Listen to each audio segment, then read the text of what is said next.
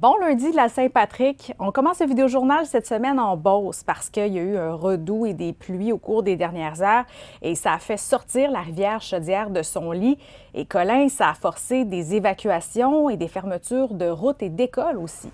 Dur matin pour les gens de Beauceville. On est présentement au centre-ville. Il faut comprendre que la rivière Chaudière, elle traverse le centre-ville, donc ça a débordé clairement. Donc ce matin, il y a des gens qui ont été évacués, les écoles sont fermées, ces commerces que vous voyez sont évidemment fermés. Le problème, c'est oui, il y a un redout, mais il y a aussi une embâcle. Donc vous avez des morceaux de glace qui ont été apportés, qui font déborder la rivière.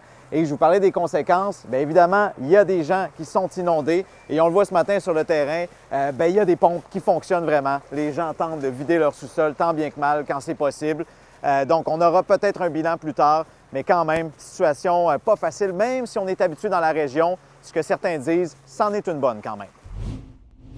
Vous connaissez peut-être la fromagerie de l'Île aux Grues.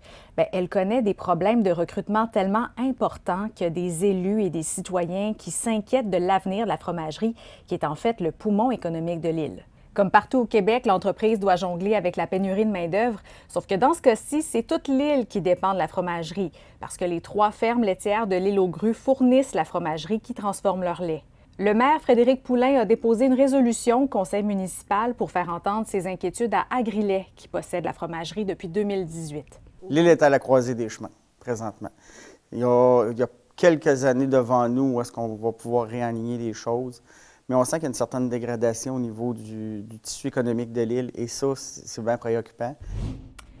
On parle souvent du prix des loyers à Québec et malheureusement, j'ai pas une bonne nouvelle pour vous parce qu'on a appris qu'en février, Québec a enregistré la plus forte hausse des loyers parmi toutes les villes canadiennes. Le prix moyen d'un logement de type 3,5 a grimpé de 12 % en février 2025 par rapport au même mois l'année dernière pour s'établir à 1 462 $. Ce serait le faible nombre d'inscriptions dans la capitale nationale et la demande grandissante qui font grimper les prix de vente, ce qui se répercute aussi sur le marché locatif. Mais fait intéressant, les prix des loyers sont en baisse depuis quelques mois au pays, même s'ils restent plus élevés qu'avant la pandémie. Le coût moyen d'un logement a diminué de près de 5 % en un an. Ce qui explique en partie la tendance, c'est la baisse de l'immigration qui a contribué à une diminution de la demande. Là-dessus, je vous dis bon lundi!